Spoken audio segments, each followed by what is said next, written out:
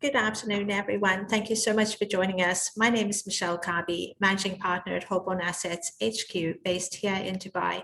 I'm absolutely delighted to welcome our keynote speakers this afternoon, Tyrone Siren from our office in Vietnam, who's going to talk about the American Residency Program, and Dustin Klath, our resident expert on property in Orlando, Florida.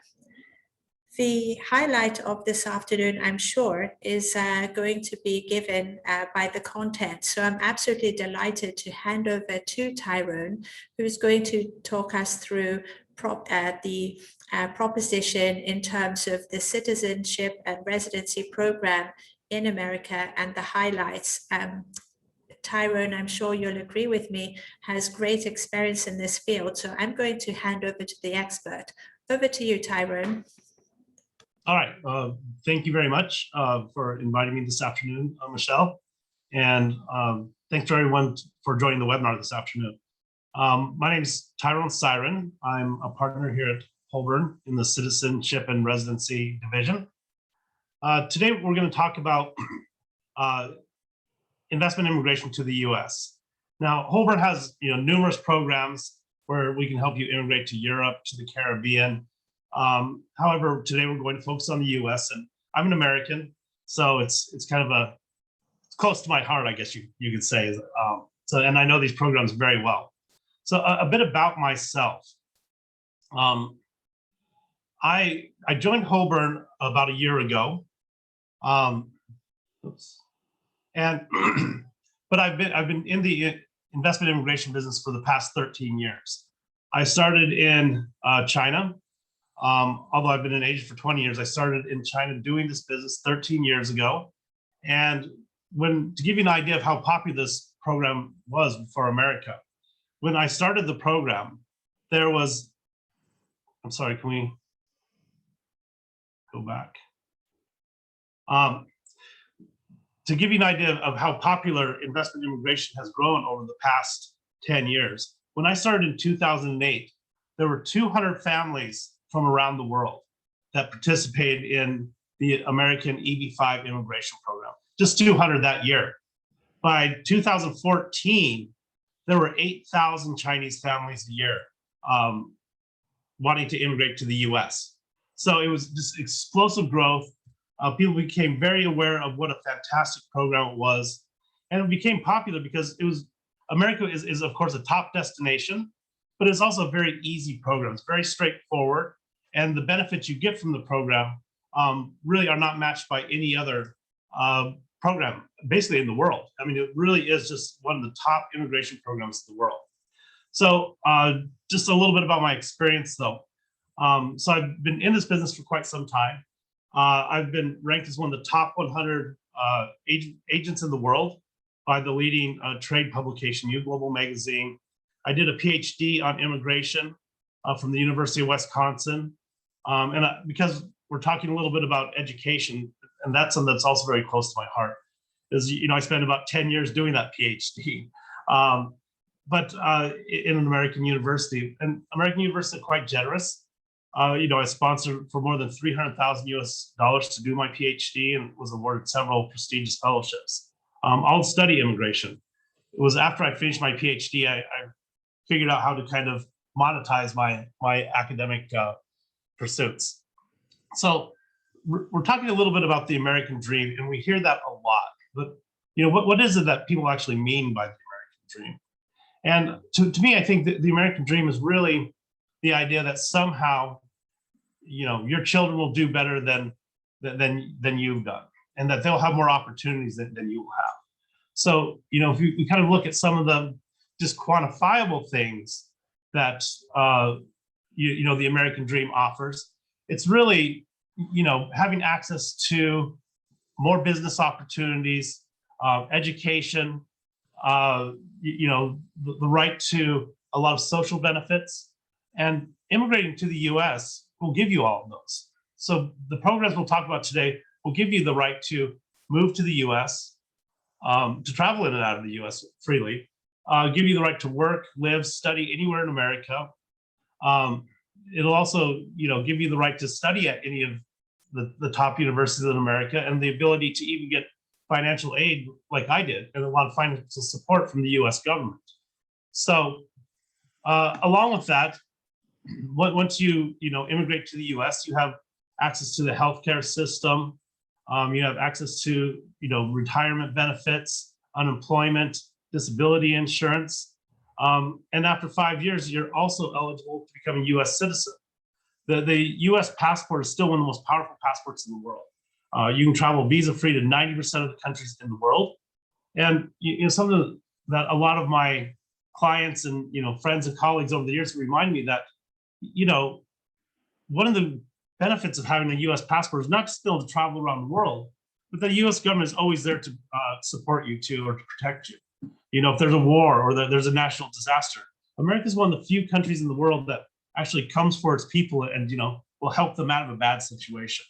And for some of my friends who come from smaller countries around the world, they go, wow, that's just so impressive that's what America will do. The country will come and help out its citizens wherever they're at in the world.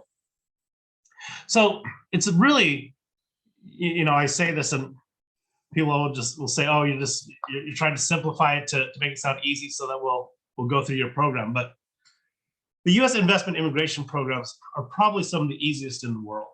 There are very few requirements for these programs. The EB-5 investment visa is the one that I've been involved with the most.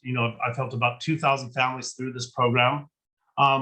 It's really an incredible program. It takes, on average, about 2 to 3 years to get approval. Unless you invest into certain projects, then it could take less than a year. You can bring your spouse and your children under the age of 21, and you will all qualify for permanent residency. So that means you will all independently become green card holders and all independently have the right to apply for citizenship if you want to, or you can keep your green card and keep your native passport, whether it's Vietnamese or French or wherever you might be from. So you really have that option. But the program itself is quite easy, and there's no requirements. There's no education requirement. There's no language requirement. You don't need to speak English. You don't have to have business experience even. The only requirement is, and this is actually kind of a big requirement, is that it is $900,000 US. However, this is an investment. It's a $900,000 investment, but you make an investment, you get some return on that investment, and after 5 years, they return the $900,000 to you. So in many ways, you can think about it as you're being paid to immigrate to the US. Now, these investments are quite simple. It's not like you have to go and set up a business and hire people. These are passive investments, that are operated by professionals designated by the US government. So, you can pursue your dreams in America, whether it's starting a business, whether it's, developing a career, going to university, watching your children study at school. So you do not have to be tied up with this investment. It's very passive. And the results are about 90%, 95% of people are fully approved and get their green cards within a couple of years.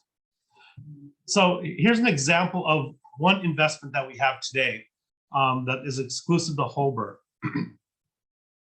So the next slide, please. The project is it's an expedited product, which means the most important thing about this is that the U.S. government recognized that this is a very important project for U.S. society. So they give it a special designation called expedition. So that means you'll get approved in less than a year. We've had clients get approved in as little as 3 to 4 months, which that's a big difference compared to, if you have to wait 2 or 3 years, or if you look at most countries in the world where you have to wait 1, 2, 3, 4 years to get approvals for immigration. If you invest into this particular project, it will take less than a year. It's a really exciting project. Some of you, if you were old enough to remember the 80s and 90s, there was a supermodel named Kathy Ireland. She was very famous on the cover of many fashion magazines. But since her time as a fashion model, she's got very involved in health and wellness centers in the U.S. And she's concerned about people's well-being, their wellness. And so she started a group of clinics and recovery centers called the Kathy Island Recovery Centers. And what these are is for people who have mental health issues and even drug addiction. And so the U.S. government has designated this business as essential to American society. And that's why they're willing to let investors into America very quickly if they invest into these programs, because it's something that the American government feels needs to be done in American society. The U.S. government funds most of these projects too. So your partner is the U.S. government. So it's quite a good, secure investment. They're small projects. Currently we have 3 openings. And again, if you invest today, you could probably be landing in the US in less than a year. So the second, that's kind of EB5, and I'm sure you'll have a lot of questions about it, but I want to just introduce the very basics and then move on to the second most popular form of investment immigration to the US, and that's called the E2 visa. The E2 visa is very similar to the EB5 visa, but it differs in some important ways. One of the great things about the E2 visa is that it's fast. In about 3 months, you get approved. You and your family can land in the U.S. Your children can be in school. Your spouse can get a job. You can be operating your business. You can travel in and out of the U.S. It's a fantastic visa, and it's very quick. And your spouse and your children under the age of 21 qualify for this. Now, what's different about this from the EB5 green card visa is that this is a residence permit, and it's valid for up to 5 years. However, you can renew it forever. So you can renew it every 5 years forever, and the approval and renewal rates for this visa are well over 90%. So it's a very secure visa, and it basically can go on forever. However, it's not a pathway to citizenship, which some people like, because that means if you're not a green card holder or a citizen of America, you do not have to pay global tax.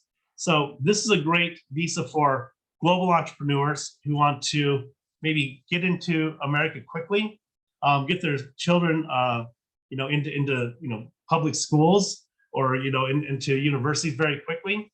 This is a real fast track to get the family to America without some of the tax liabilities that might come along with becoming a permanent resident or a citizen of the U.S.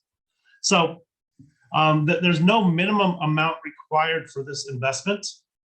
You're developing a business along with a partner. However, we found that typically the minimum investment you should make is around $200,000 US. So I want to give you an example of one of the E2 investment projects we have right now that starts out at $200,000. That should be the next slide. It's the investment is located in the state of Texas, which is, I guess, it's the largest state in mainland America.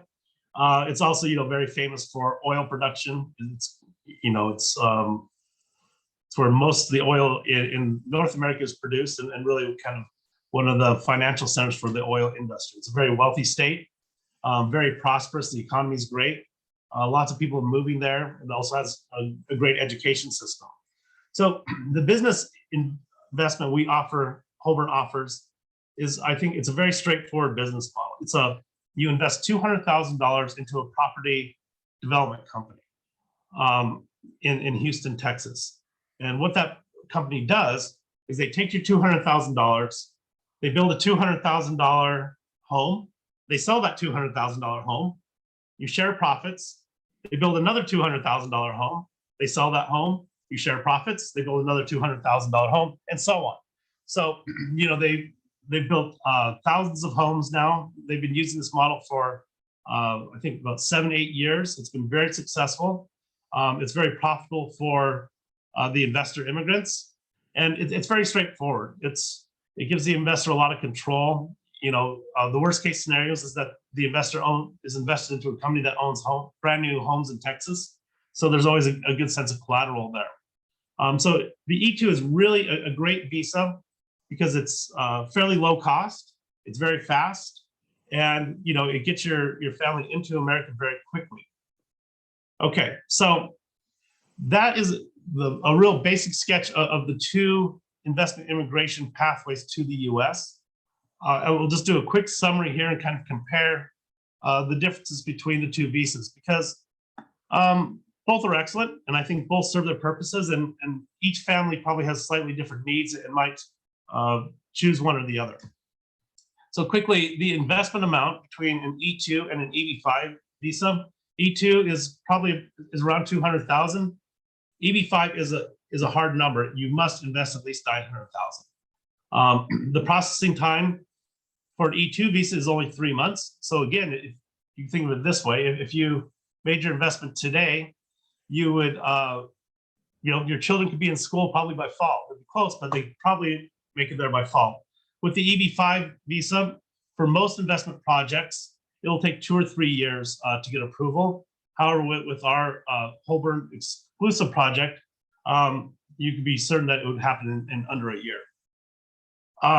The EB5 visa is a permanent visa. It's a permanent residence visa, and that leads to eventually to citizenship if you want to. Whereas the E2 visa is a renewable residence permit that must be renewed every 5 years. And this is an important distinction. At the age of 21, your children must leave the E2 visa. So they must find other immigration and visas to continue living in the US, probably student visas or other sorts of work visas. And something that's kind of one of the important things if you're thinking about education for your children is that although the E2 visa allows your children to study for free in public schools and pay local tuition rates, it does not allow the children to take out any federal student loans or get any federal grants from the US government, which as a EB5 permanent resident and green card holder, you would qualify for. And then finally, one thing that is quite unique about America, if you compare it to almost any other immigration system in the world, is that America allows for family reunification. And what that means is that, say, you and your spouse and your children immigrate to the US on the EB5 green card. But however, you can still sponsor your parents, you can sponsor your brothers and sisters, and you continue to sponsor your extended family. It takes some time to bring those people in, but it is possible. And many people do this. They sponsor the family, and it takes some years, but you can eventually bring nearly your entire extended family to the US. Whereas with the E2 visa, because it's a residence permit, you're not able to do that. So you see some of the benefits here, and I guess I'll repeat the one that I mentioned earlier. With the E2 visa, you do not have to pay a global tax on your global income, where on the EB5 visa, you would have to report your global income to the US government, and you could be liable for taxation. So that's really kind of a brief introduction to these two programs. Both are very popular. About 35,000 people a year do the E2 visa. About 10,000 do the EB5 visa. Success rates are quite high, so you'll be certain that it does work. And with that, I'm just gonna kind of wrap things up. And if you have questions later, we can discuss them, or if you want to set up a private Zoom call, I'm happy to get on one of those with you as well. Thanks for your time, and I look forward to hearing the rest of the panel speak.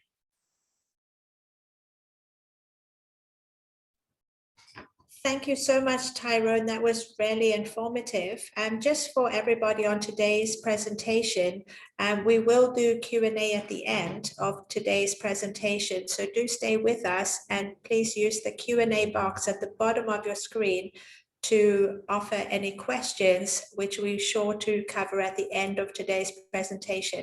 I'm going to hand over to Dustin now, who's joining us from sunny Florida. Over to you, Dustin. All right, thank you so much, Michele.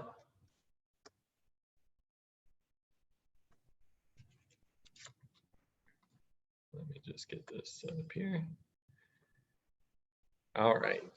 Well, as Michele said, it is morning here in Orlando, Florida. I know most of you are probably nearing the end of your day, and I appreciate you taking the time to join us. My name is Dustin Klath, and I've been a real estate agent here in Florida for the last 9 years. And what I love is helping people find their dream home and also helping them build generational wealth for their families. So I'm very excited on the topic I'm speaking on today, as it covers both of these. So here are the 4 items I will be touching on today, with the majority of time being spent on ways to reduce higher education costs and how to use those savings to purchase property and increase your net worth. I'm also going to touch on why Florida is the best state to invest in, as well as different types of investment properties available. And lastly, I'm going to share with you one of my favorite homes in all of Orlando. So if you have children, the thought of them attending college is usually thought of from an early age. And even though you have 18 years to prepare, the time flies and the cost of university continue to rise. So you may be asking yourself, how can I reduce these higher education costs for my child? And after much research, these are the 2 best ways that I've found to do that. Number 1 is by establishing residency and qualifying for in-state tuition, as Tyrone was talking about. And the other way is to purchase a home for them to live in versus renting or living in student housing. So one of the easiest ways to qualify for in-state tuition is to establish residency in the state 12 months prior to your student enrolling in university. And Tyrone again gave good information on this. Michele also has a past webinar if you'd like a little more information titled Citizenship and Residency by Investment that you can also watch, and provides great information. So definitely go back and watch that one. Now, one thing to note when looking into establishing residency is the difference between your child being a dependent versus independent. The dependent child is one who is still claimed on their parents' taxes, while the independent is one who is fully self-sufficient and reliant on themselves. And when it comes to the universities, they're going to look at this in order to determine qualification for in-state tuition. The reason I bring this up is because some people might think that they can forego that first year of school and just come to work in the state and establish residency. But if they're still claimed on their parents' taxes, the university are going to look at that. And if the parents aren't a resident of that state, they're not going to qualify for that in-state tuition. So what is in-state tuition and what are the benefits? In-state tuition, as I mentioned earlier, is the tuition rate for students whose parents have established residency in that state. Non-residents are charged an out-of-state tuition rate, which is much higher. And because these public universities receive tax dollars from the residents of that state, they offer the lower rates to their residents. When it comes to private universities, it's a little bit different because they're not funded by tax dollars. So their tuition is the same across the board, whether you are a resident of that state or not a resident of that state. So here is a couple examples of the difference in price between the in-state tuition and the out-of-state tuition. The first university here is the University of Central Florida, which is located in Orlando. In-state tuition for 4 years is about $25,000, while the out-of-state tuition for 4 years is $89,000. So just by qualifying for that in-state tuition rate, you are saving $64,000 over the course of 4 years. The same applies to University of South Florida, which is in Tampa. The in-state tuition rate of $25,000 and the out-of-state tuition rate of $69,000. So you're saving $43,000 just by being a resident of that state.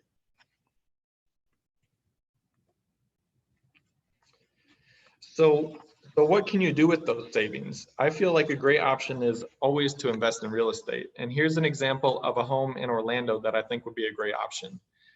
It is in Lake Nona, which is one of the fastest growing communities in Orlando. It's only 22 minutes from the University of Central Florida.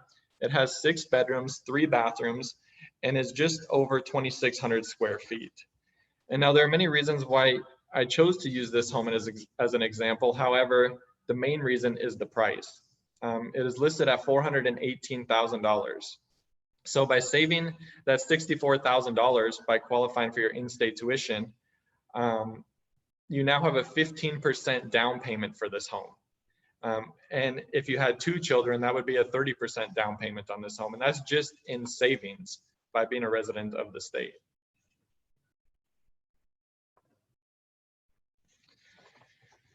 So let's say that you are not able to establish residency. There is still another way that you can save money and increase your net worth, and that is to buy a house for your student to live in during their time in college. Let's take a look at these numbers. So the cost of housing at the University of Central Florida for a year is $7,300, which is actually a $1,200 increase from last year. If they were to stay through the summer, which a lot of students do, that would be another $2,400 for a yearly cost of $9,700. And over 4 years, the cost just to live in student housing is going to average you about $39,000.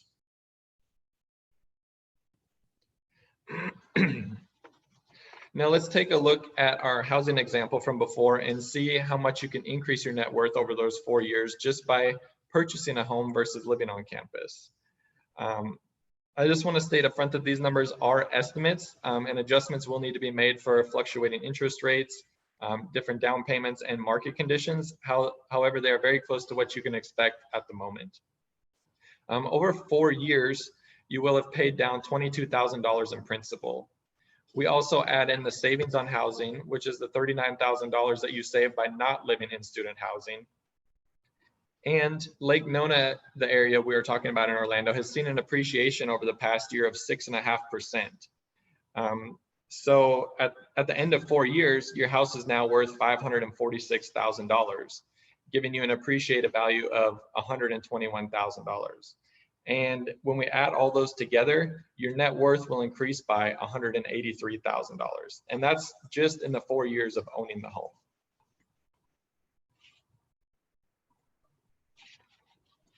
Now, let's say that you're really trying to maximize your return. The monthly payment is going to be about $2,100, and then we're going to add in $300 for utilities. So your monthly payment total is going to be about $2,400. So why not rent out 3 bedrooms to your child's friends at $800 a month each? At $800 a month, that is actually cheaper than many places the friends are going to find to rent. So there's going to be a demand for that. And now those 3 friends cover your mortgage payment and utilities, so your child is living for free. So not only is that a great deal for your child, it will teach them the responsibility of owning the home and collecting rent if that's something that you want them to be in charge of as well.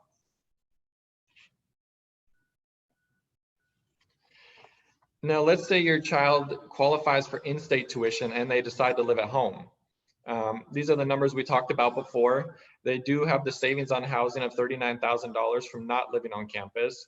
And they also have that reduced in-state tuition rate of $64,000. So by living at home, qualifying for in-state tuition, they're saving $103,000 over the course of 4 years, which I think is absolutely insane. However, now imagine that they were able to qualify for that in-state tuition and you purchased a home for them to live in while they were in college. You would take that savings of $103,000, add in the principal pay down that we talked about earlier of $22,000, and appreciate the property over 4 years. And now you have a total net worth increase of almost a quarter million dollars. So when I first saw this, my mind was blown that the number was so high. And I couldn't believe that when I went to college years ago that my parents didn't do this. So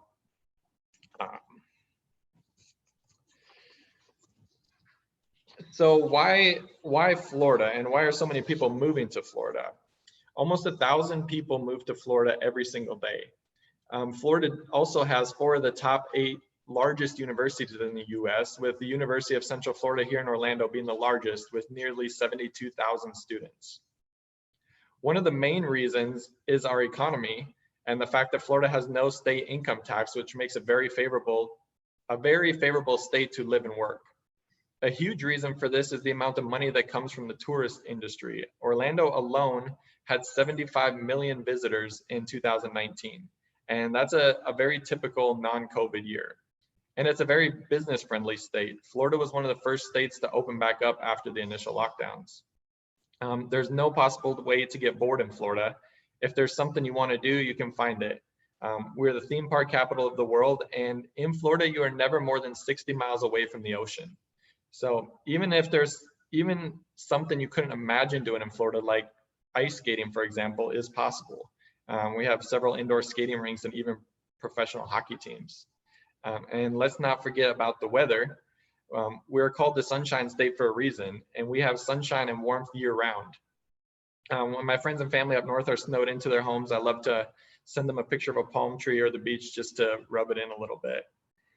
And of course, the value of Florida homes. As I showed you earlier with the housing example, it is rare to see a 6-bedroom home in that price range in Lake Nona. However, there are plenty of 4-bedroom homes that will more than do the job and help you meet those numbers that we were talking about before. And in regards to value, I just wanted to show you a couple examples of what $500,000 gets you in other states. Now, I'm not too familiar with their real estate markets. However, these are real live listings that are for sale in these areas. The first one here is a condo in Manhattan. It is a studio condo, has 627 square feet, and it's listed for $589,000. Now this is like I said, it's a studio, so you don't even have a full bedroom, which you can see from the picture. You have more of a divider wall than anything. What $500,000 gets you in California is a 2-bedroom, 2-bath home, 864 square feet, and it's $525,000. Now this home is in Los Angeles, and it has been updated a little bit, but again, much less house for a much higher price than what you can currently get in Florida. Now, maybe you don't have children, or you have children and you want to consider other real estate investments. Here are some examples of other property types that we have available for you here in Florida. There are long-term rentals, which are 12-month lease or greater. And with the influx of people moving to Florida, demand for these has skyrocketed. We have a high demand, and that's equating to even higher rents. With Orlando bringing in those 75 million visitors in 2019, they all need places to stay. And that is where these short-term rental and vacation homes come into place. Now, these are rented nightly or weekly. And short-term rentals are really great if you yourself want to visit maybe 1 or 2 weeks out of the year and rent it while you're away. It was actually a pretty tough year for vacation rentals due to COVID, but we have now fully opened up again, and people are returning to the States. So these are very much in demand again. Another option people consider is a second home. Florida is known for snowbirds, which are people who live in the north during the summer, and then they come down to Florida in the winter to avoid the cold. So this is great for somebody who is looking to spend, like I said, a month or more in Florida. And most of the time, these are not rented out when they're not occupied, and we have great resources available to help maintain the property while you're away. And lastly is commercial property. Florida's economy is doing very well, and people need the commercial space. We have nearly every type of property with good returns, including self-storage, hotels, apartments and multifamily, and retail. So I mostly sell residential properties, but however, if you're looking for commercial properties, I definitely have the connections to get that done for you as well. And the last thing I wanted to show you is actually my favorite house in all of Orlando. And I wish we could have done this webinar a couple of weeks ago, because this house was still for sale at that point, and one of you could have purchased it, but the market is hot, and even these luxury homes are selling like crazy. So this home belongs to one of the greatest basketball players of all time, which is Shaquille O'Neal, or some of you might know him as Shaq. He played for the Orlando Magic back in the 90s, and this home was even featured on MTV Cribs. It was listed for $16.5 million, and it has 12 bedrooms, 15 bathrooms, 31,000 square feet, 700 feet of frontage on the lake, and it has a full-sized indoor basketball court. And as an avid basketball fan, you couldn't ask for a better home than this one. So that concludes my portion of the webinar. Thank you for taking the time out of your schedule to join me. I've included my link to my YouTube channel, which I recently started. So there's only a few videos, but in the coming weeks, I'm going to be adding more property tours, informational and educational videos, as well as Florida lifestyle videos. So if you can't click on this link, you can search my name, Dustin Klath, which is I'm pretty easy to find, as I think I'm the only Dustin Klath in the world. So that's all from me. So I'm going to send it back to Michele. Thank you, Dustin. Absolutely amazing presentation, and so nice to hear from you in sunny Florida. Yeah, thanks, Michele. Dustin is going to stay with us, so if any of you have any questions relating to Dustin's segment of the presentation, please feel free to lodge any questions in the Q&A box at the bottom of your screen, and we'll be able to cover them at the end of today's presentation. For those of you that don't know me, good afternoon to you. My name is Michele Carby, joining you here from Holborn HQ. For those that are not very familiar with Holborn, this is really just an information slide for you to let you know we have a global reach, a global coverage, and we're regulated in all of the financial jurisdictions that we have a presence. We're also really good at what we do, as you can see at the bottom of the screen, where we've won a number of awards through the years. For those of you that are not already familiar to me, again, my name is Michele Carby, joining you from Holborn HQ, and really just setting out my area of expertise and experience spanning financial services over the last 25 years, with a lot of experience cross-border, which does really help our clients in terms of adding value to what it is that we're looking to achieve for you.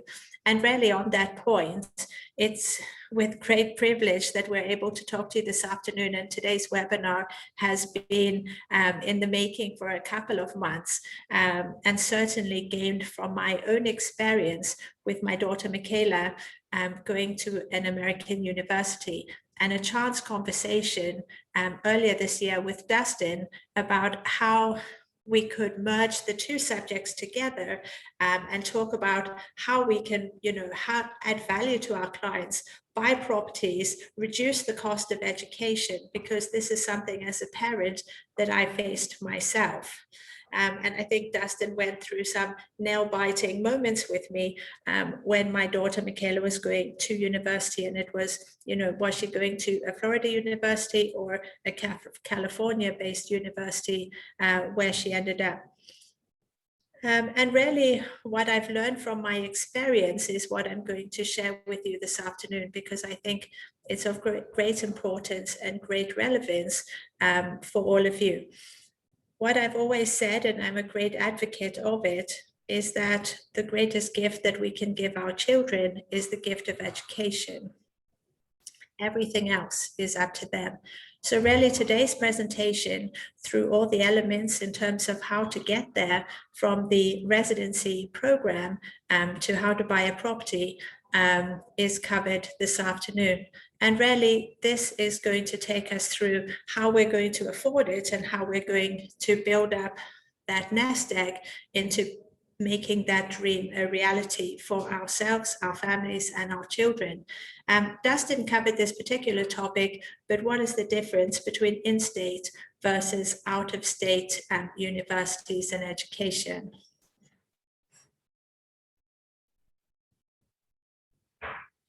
And we're going to look at some of the popular examples in terms of the various states with the various education costs attached to them. And really, when I did it myself as a parent, I sat back and looked at all the numbers, and I thought, wow, there's a big difference between in and out of state education, certainly over the 4-year degree time, which could basically be a down payment on a house. And that's where the idea was formed. So we're very pleased to be able to share this experience with you this afternoon. And as I've always said, the greatest gift we can give our children is that gift of education. So looking at the various university options through the various states, looking at the state of Florida, just where Dustin is based, and the cost of in-state tuition highlighted in red. You need to add the cost of out-of-state education, again highlighted in red. So that's going to be a total of over $43,000, looking at in-state tuition at just 22. So the saving over a 4-year period at just over $89,000. Looking at a Californian-based university and just picking up an example at UC Berkeley, again, the difference between in and out of state residents and the cost saving therein.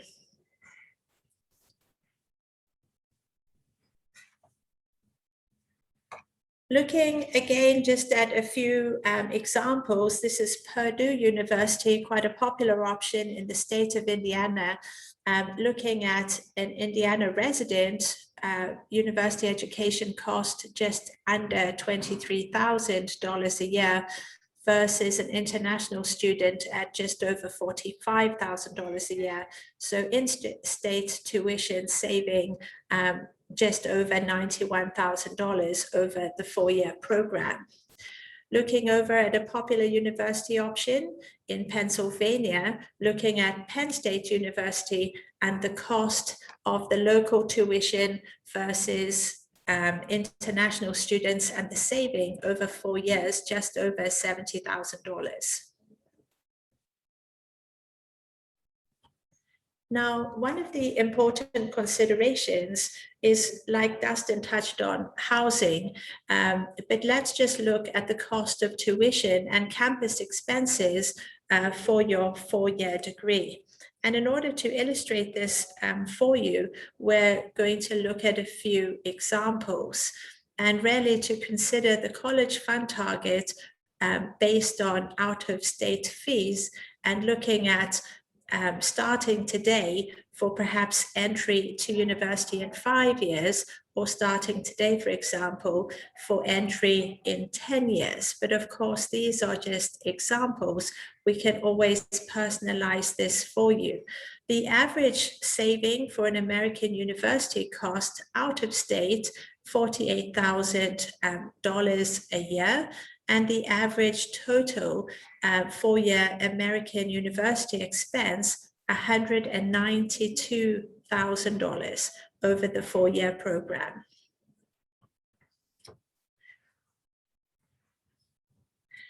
So we're going to illustrate 2 examples. The first being someone who has 5 years to go before they attend university.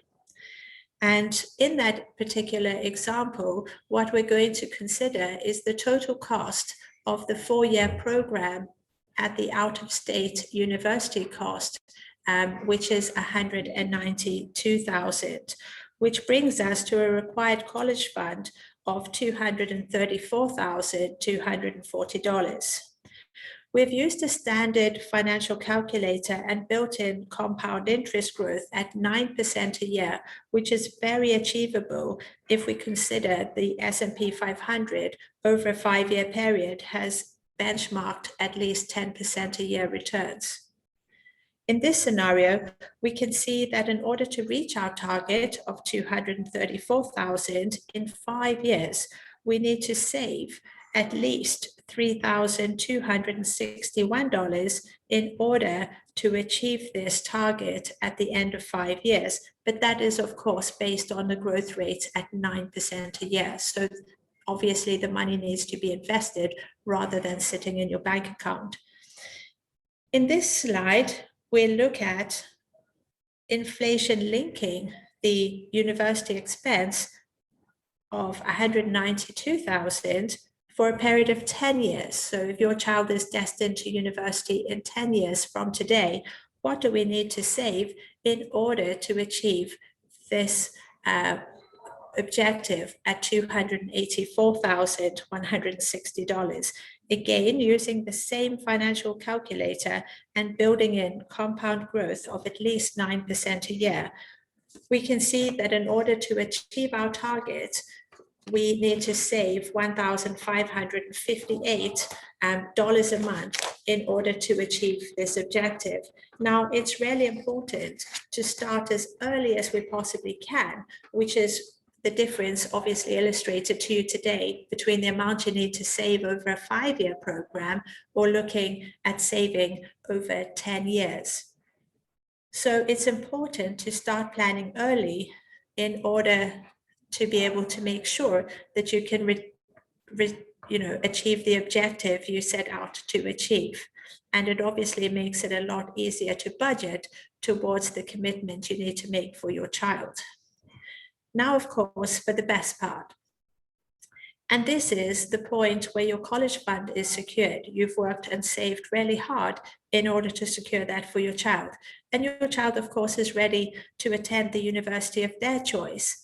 At this point, there are some really smart considerations to make. With a college fund of $234,000 squared away, you can obviously budget to procure a property in the state that your child is attending university.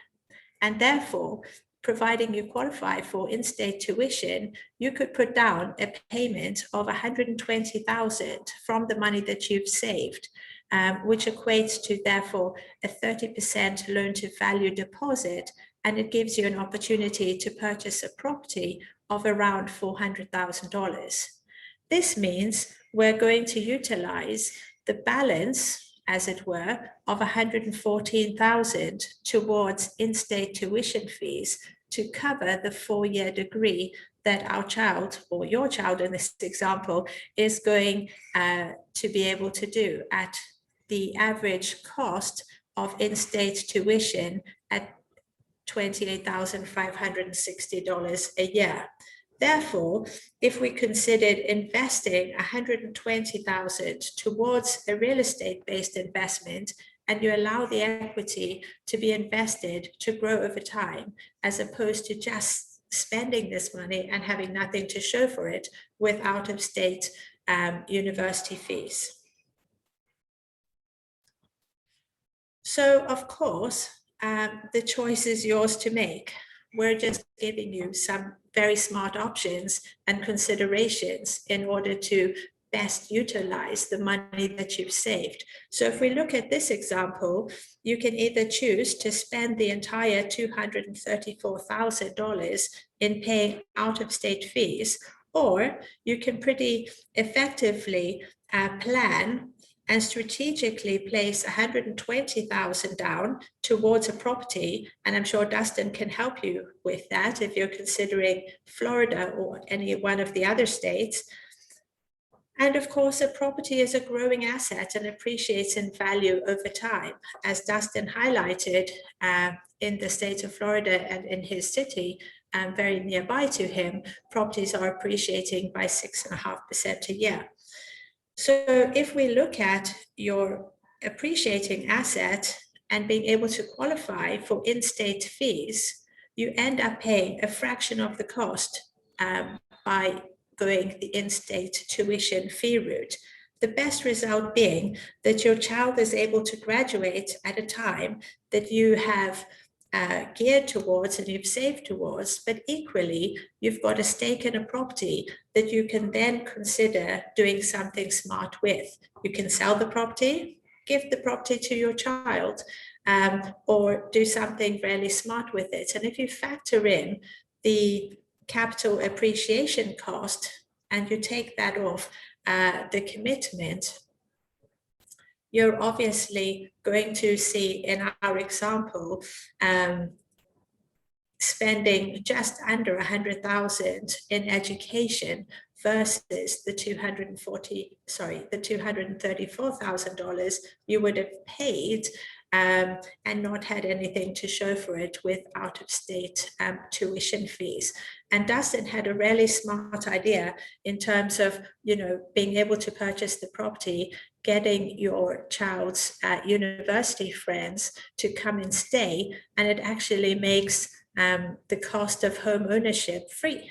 So that's a good consideration for you as well. Well done on that suggestion, Dustin. That was really smart.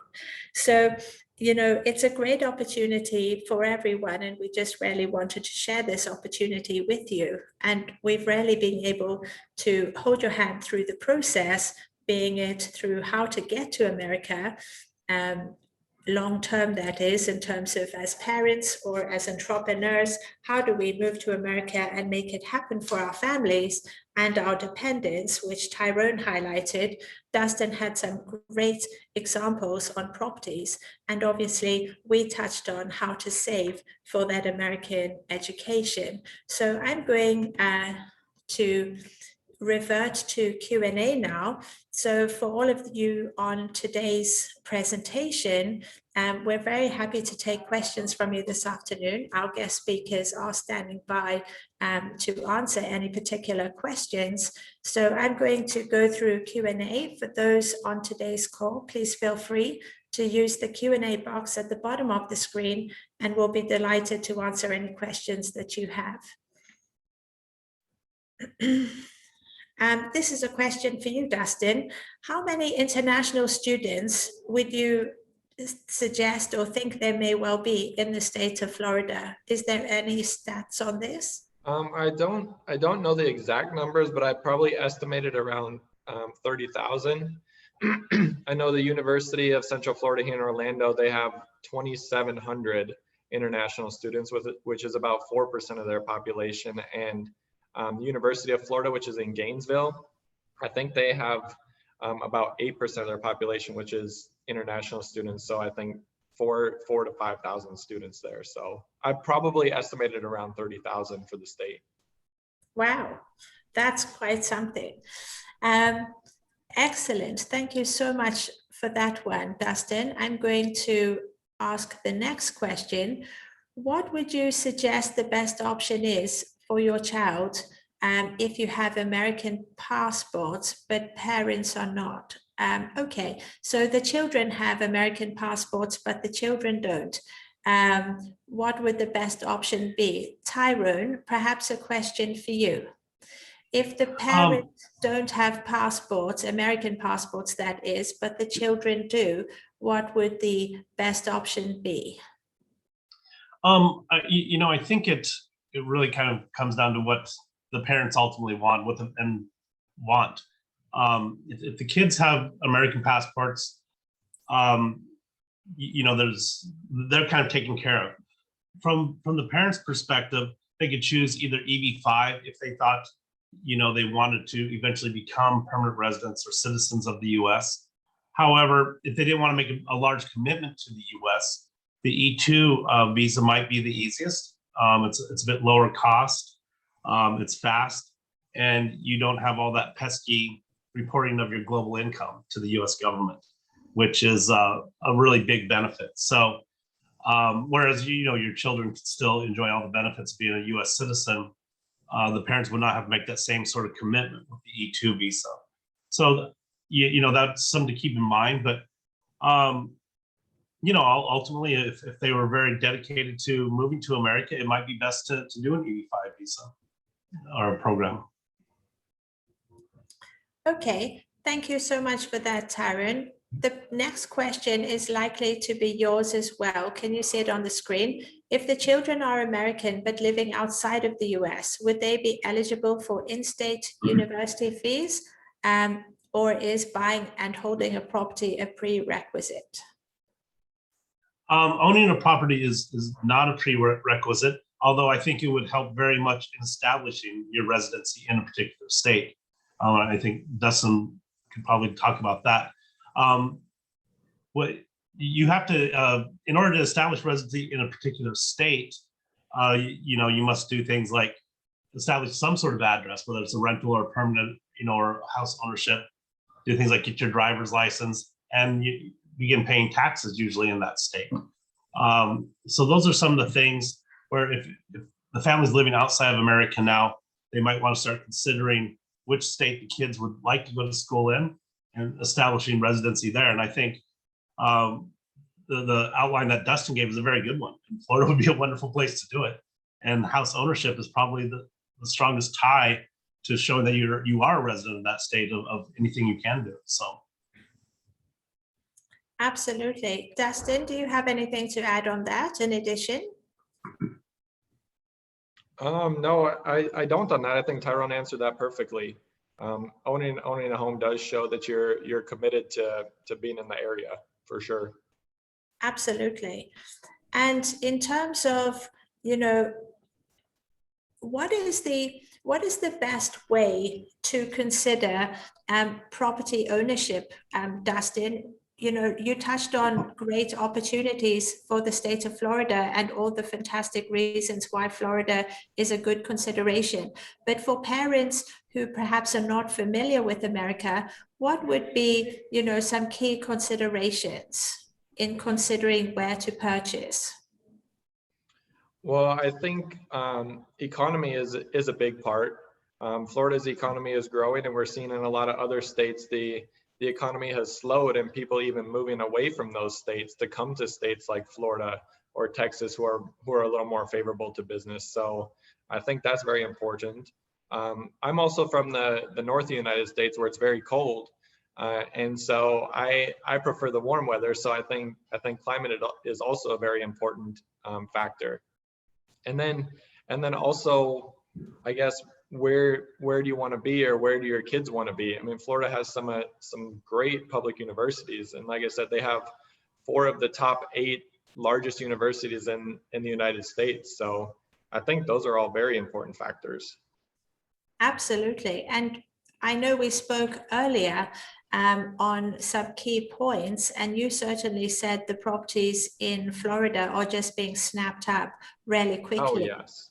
Yes. Like I said, we have 1,000 people moving to the state every day, and the builders can't build properties fast enough. So when a property hits the market, they're going fast. And people are seeing the value in our properties, like I showed you in my presentation too, compared to some states like California or New York. They're seeing these homes for $400,000, and it's over 2,000 square feet. That's still a great deal. Absolutely. It offers great value for money, as you say. Yes. Over to another question, Dustin, if you can see it on your screen. Can you talk about the comparative safety of somebody who's unfamiliar with the US and the state of Florida? What are the statistics on safety? I don't have any of the statistics on safety, and it'd be pretty tough for me to make a comparison between Florida and Texas, but there are websites that you can go on that do offer this. If you're looking for, say, a house in a particular area of Florida, Trulia is a great website that shows safety and crime stats in that area. So I think if there's a particular area of that state that you want to be in, go on Trulia and search that area, and you'll be able to see the crime maps and the safety statistics. But I don't have that offhand. No problem, but that's a very good recommendation. Thank you, Dustin. Tyrone, a question for you. We spoke earlier this afternoon, and you were talking about, the benefits of the various programs to enter the US and the ability to educate your children at school, let alone university. Can you perhaps touch on that? Sure. So with both the E2 visa and the EB5 visa, both of those would allow your children to attend public schools for free, kindergarten through high school for free. So you'd be treated just as an American citizen, who's second, third generation American. So that would be, you're right, with both of those visas. Then, of course, once you go to the university level and have to start paying tuition, depending on which state you establish residency in, and if you're an E2 visa holder or an EB5 visa holder, you would be establishing residency in some state. So at that point, you'd qualify for local tuition rates, in-state tuition, and the biggest difference would be for the EB5 visas, that programs that you would qualify for government student loans, subsidized loans, some special federal grants. That'd be the advantage over, say, the E2 visa. So, both are very good, especially for those years between kindergarten and say high school and undergraduate university. Both will be very effective, and basically you get the same treatment as an American student. Absolutely. That's really very useful information, and obviously a key consideration to any family looking to move to the US. And equally when it comes to the choice of school and the choice of state. And if we can put up the contact us information. Thank you so much to Dustin and Tyrone for joining us this afternoon. If anybody would like further information on today's webinar, please be in touch with us. My contact details are on the screen in front of you. Again, my name is Michele Carby. It's been a pleasure to talk to you this afternoon. Thank you, Dustin. Thank you, Tyrone. And I look forward to, you're very welcome. Thank you, Dustin. Have a great day ahead. And thank you to our guests, and thank you to our attendees around the world. Good afternoon to you. My name is Michele Carby. Bye-bye. Bye-bye.